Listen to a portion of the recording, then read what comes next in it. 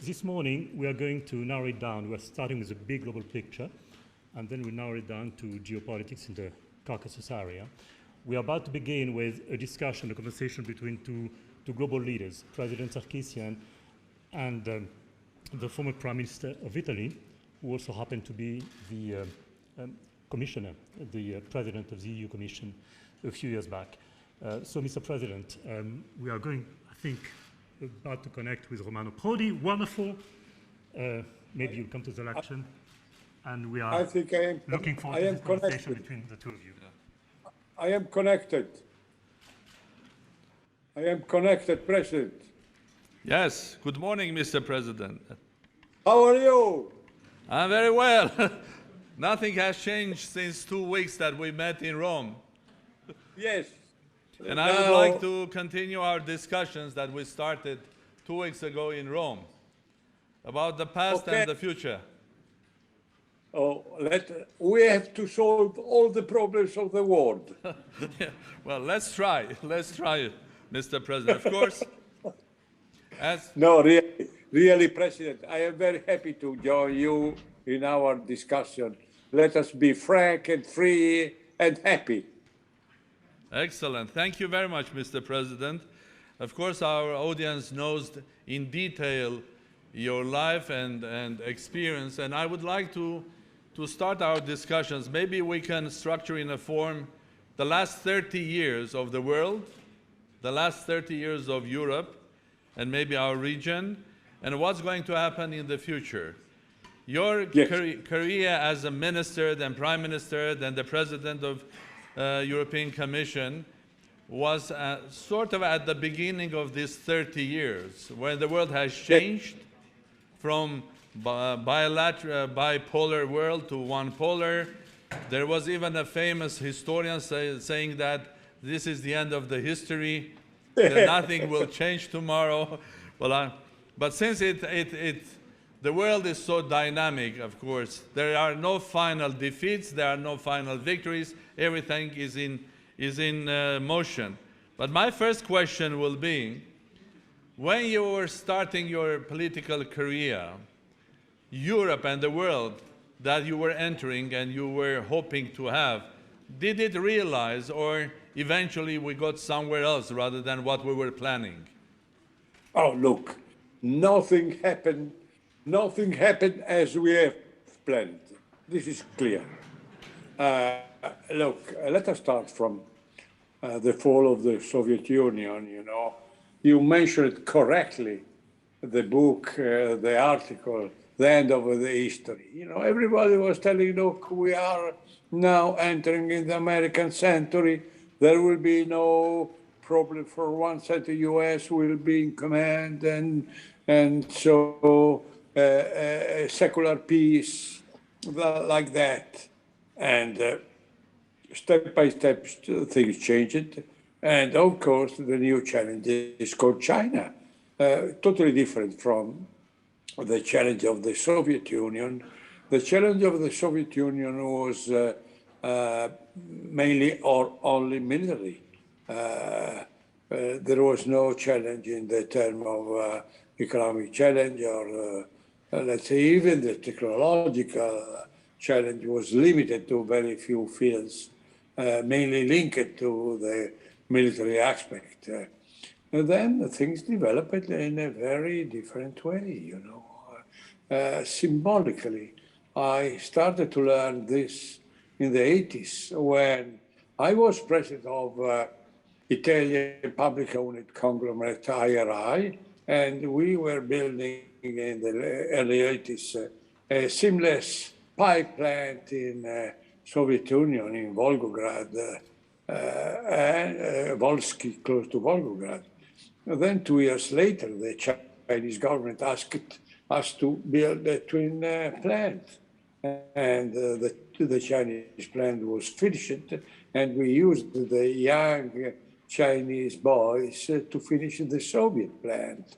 And so I learned how China was dedicated to the economic development, to building an industrial frame and totally different from the previous challenge.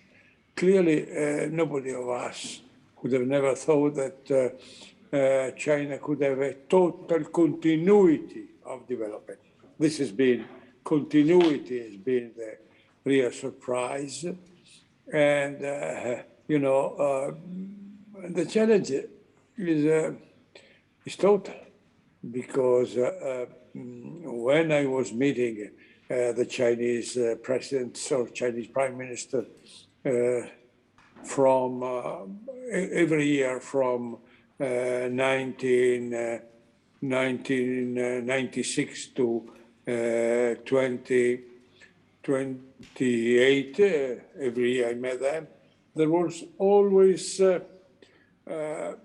the Chinese side the idea that not that China could be democratic, but there was some sort of recognition of the importance of the democratic systems. And but China grows, and the new wave of President Xi, who, taking note of the progress, doesn't have the same, let's say, respect for the democratic system. And the challenge is, look, I deliver. You democratic countries are slow to deliver, and so the world will come to me. And the changes are really, there is an increase of the sense of authority, authoritarian government in the world. And the change, the challenge now is both economic and political. So it's not an unexpected view. It's interesting, Mr. President. You unexpected, yes. Probably 30 years ago, it was difficult to imagine that China will be where it is today. Yes. Yes. Of course, the success of China is a result of many factors. It's the Chinese system to have a stable governmental structures, have a vision, have a program, to have continuity in power. But would you agree with me that current China is also a result of the sort of a indirect support from Europe, and especially from United States, when a lot of European and American businesses going after bigger market, cheaper workforce, moved their productions from Europe and America to China. While moving there, they also took with them also a lot of know-how. And of course, Chinese are Chinese. The moment you give them your hand, you are a member of the family. So that technology became the basis of the Chinese technology. Do you agree that both Europe and America had their contribution in growth of China? Yes, but it was unavoidable. It was unavoidable. It was the logic of the market system, and the political consequence came too late to understand that. It was too late, and what was underestimated was the technological progress of China. China was reputed to be simply a low-cost supplier, but it was inside China that there was the change. They were able to imitate in the first stage, and then to produce their own economy. And now, it's quite interesting, your question, because now we are in a full fighting between US and China. But, while in high tech or fields linked to the military, say, chapter, you have, a severe control. trade in normal goods is going on, like in the past. You have now a terrible tension between US and China, but in Los Angeles, in the Californian harbor, there are difficulties to receive the high number of containers for the Christmas demand. So your question is correct, but it was part of our system to exploit all the best occasions in order to develop the economy. It was a consequence, the only unexpected,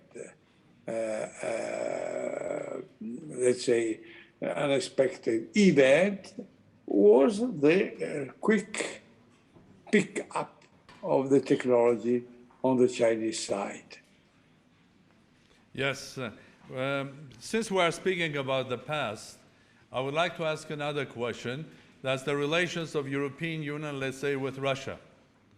May we go back early the 90s, even discussions were quite intense. Russia was changing, and even at a specific moment there was an offer from the Russian side to have deeper relations with NATO, but eventually we ended up with sanctions from Europe towards Russia, and then eventually we ended up with anti-sanctions as well from Russia to Europe, and specifically in specific sectors like food. And I'm raising this question because, Mr. President, you're also the Prime Minister of Italy, and Italian businesses that were, especially in the food sector, I think suffered quite a lot because of these anti-sanctions. But again, the dynamism of the quantum world has changed the situation. You see, if you look today on Russia, on that sector, Russia was a country, and I don't want to quote any numbers here, that was importing huge volumes of beef. I mean, Russia and Kazakhstan, Australia, Canada, America are, by their nature, should have been the leaders of the world of beef production. But Russia was importing big part of its beef. Russia was importing wheat or grain. Russia was importing other agricultural food. But because of the anti-sanctions, that helped Russia to develop its own sectors of agriculture. As far as I saw recently, Russia has become the biggest exporter of wheat in the world again. And it's importing less and less of beef, or maybe in specific types of it. So the question is, did the sanctions or anti-sanctions, do they work or not? I do remember, as you mentioned, the moments in which there was a NATO-Russia meeting, and the agreement, the relations were very strong and very friendly. I ended my job in the European Commission as president in 2005, and in the last press conference with Putin, a newsman, a journalist, asked us, will Russia be member of European Union? Can you believe that? Because the situation of relation was so good, and I do remember Putin telling me, I shall never send 1 cubic meter of gas to China because I am linked to Europe. But the situation has deteriorated because of the international tensions, and this is a part of let's say, the big challenge we mentioned before between China and the United States. And in my opinion, the great mistake was to abandon Russia. So my answer to your question is very simple. Step by step, Europe ended to make an autonomous policy vis-à-vis Russia. And I wrote also about this, quite a few articles, telling that the sanctions were were adopted by US, followed by Europe, but the damage was only on the European side, because we are trading with Russia and we are in the border with Russia. But after the description of the split of the world I did you before, I can argue that this is only the consequence of this split, and there are no other explanation, and you mentioned the damage on the trade of my country. In this moment, Italian exports are going very well, but Russia is a lost market. We don't. Our exports are decreasing, and the problems are on the table. But and look, you mentioned the sanctions. The sanctions are damaging people, not governments. But this is a normal consequence of sanctions.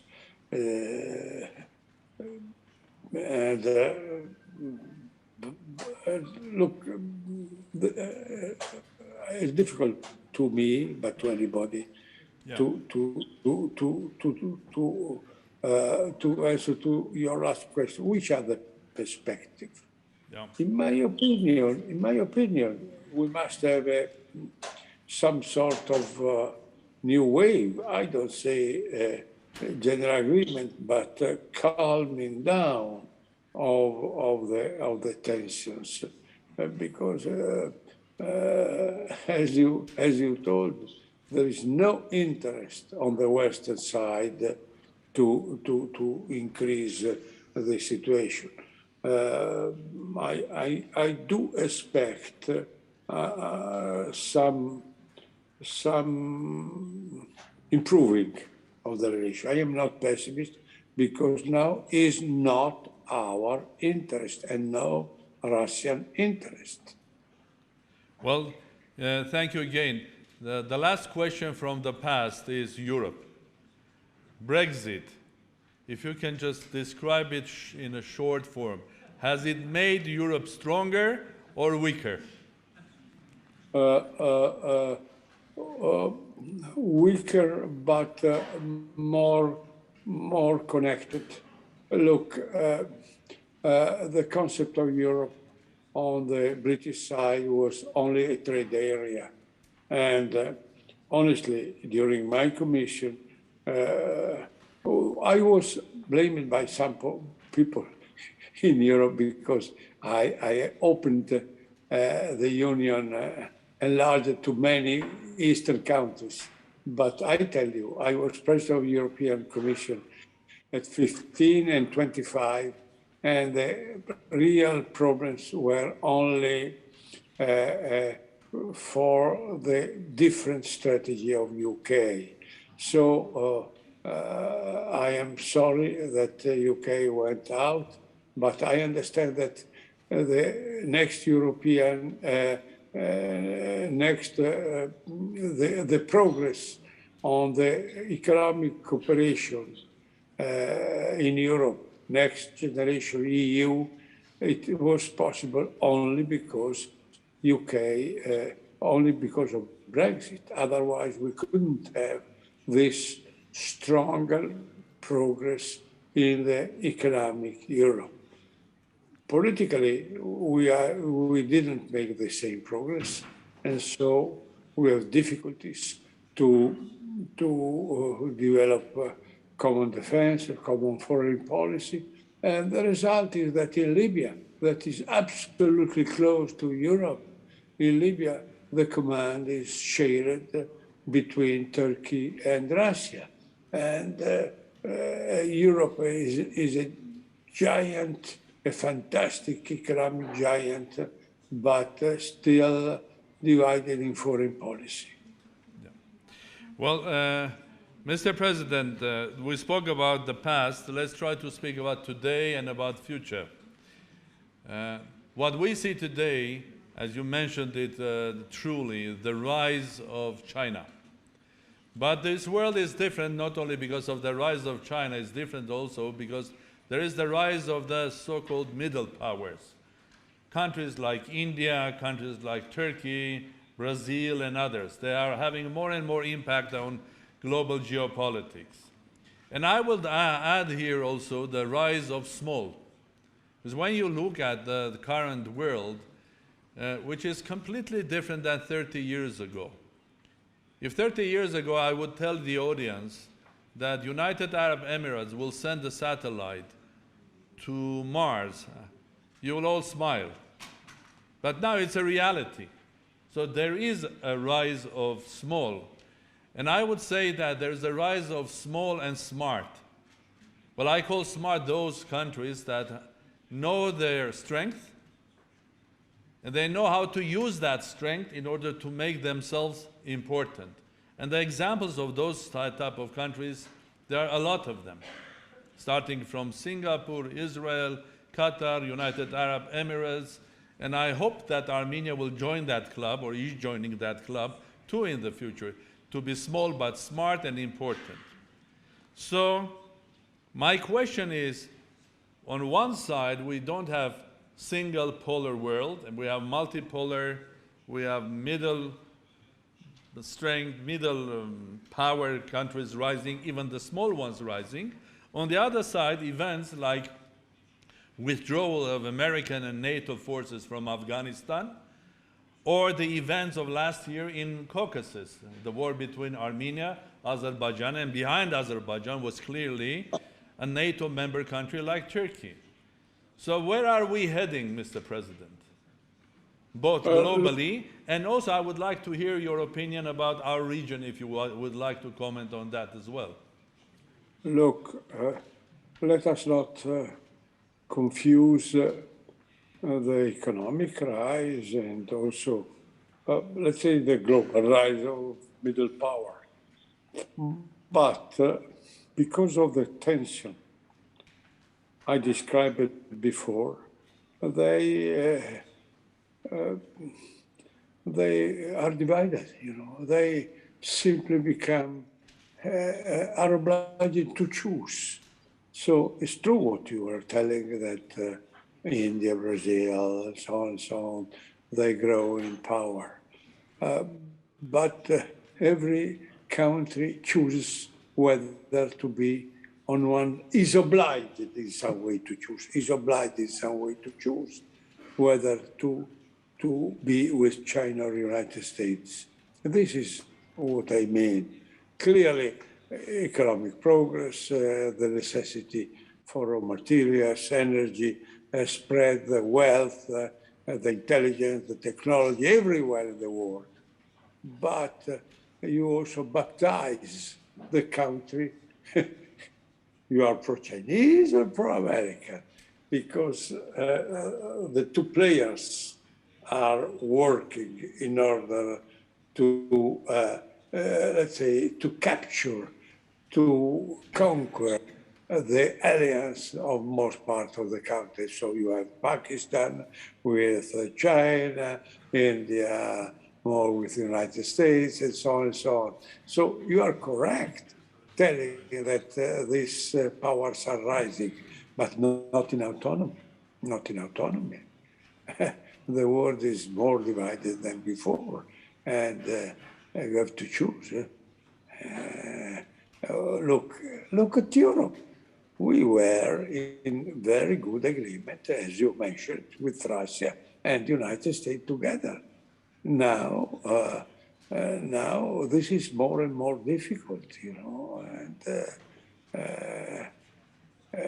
we adopted the sanction, the same sanction of the United States, almost the same sanction of the United States, because of the choice that the new world strategy obliges any country in the world. This is,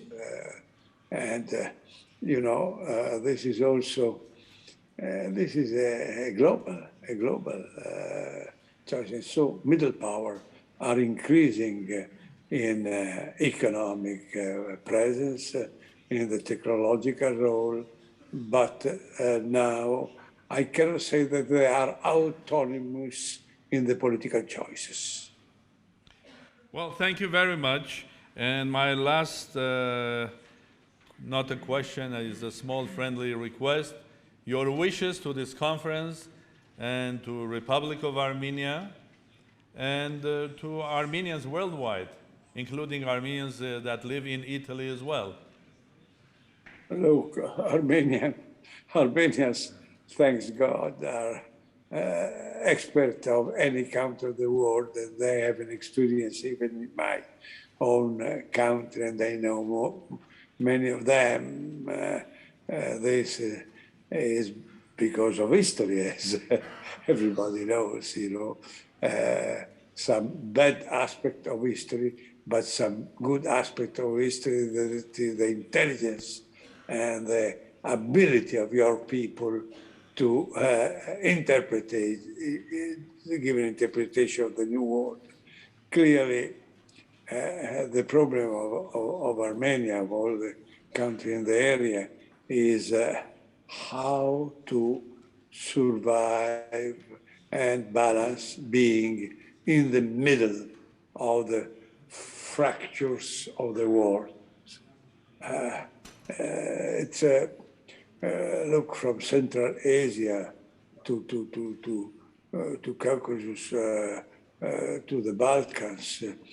It's you never have stability, and so will not be easy also for the future to guarantee this stability. But personally, I do think that to have a stronger relation with Europe because of the cultural traditions, because of also because of your presence here could be a contribution to the strength and the stability of the country. Of course, you cannot transfer the geographical position of Armenia, but to balance and to increase strong links with us will be some sort of, let's say, better guarantee. Clearly, I was honest to describe the weakness of Europe, but step by step, we are really, we did it in the economic field, we are working to do in the political field. Step by step, we are building Europe, and the destiny of Armenia is to be more and more linked to us. Not a total guarantee, but an increase of your independence and let's say balancing role in the area. This is what I think. Well, thank you very much, Mr. President.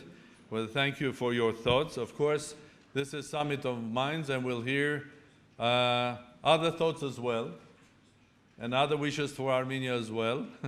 And that's the beauty of this summit, but that we can hear all possible thoughts from friends. We went through difficult times last year, and when you are through difficult times, it's easier to find who are your friends, who are not. But this is our destiny. But it remains to me, Mr. President, to thank you for your contribution to our summit, to thank President, Prime Minister, Minister, but for me personally, the most important, professor, eminent professor of Bologna University as well. Thank you very much. And have a good morning, Mr. President. Thank you. Thank you so much to everybody of you. Bye-bye. Thank you.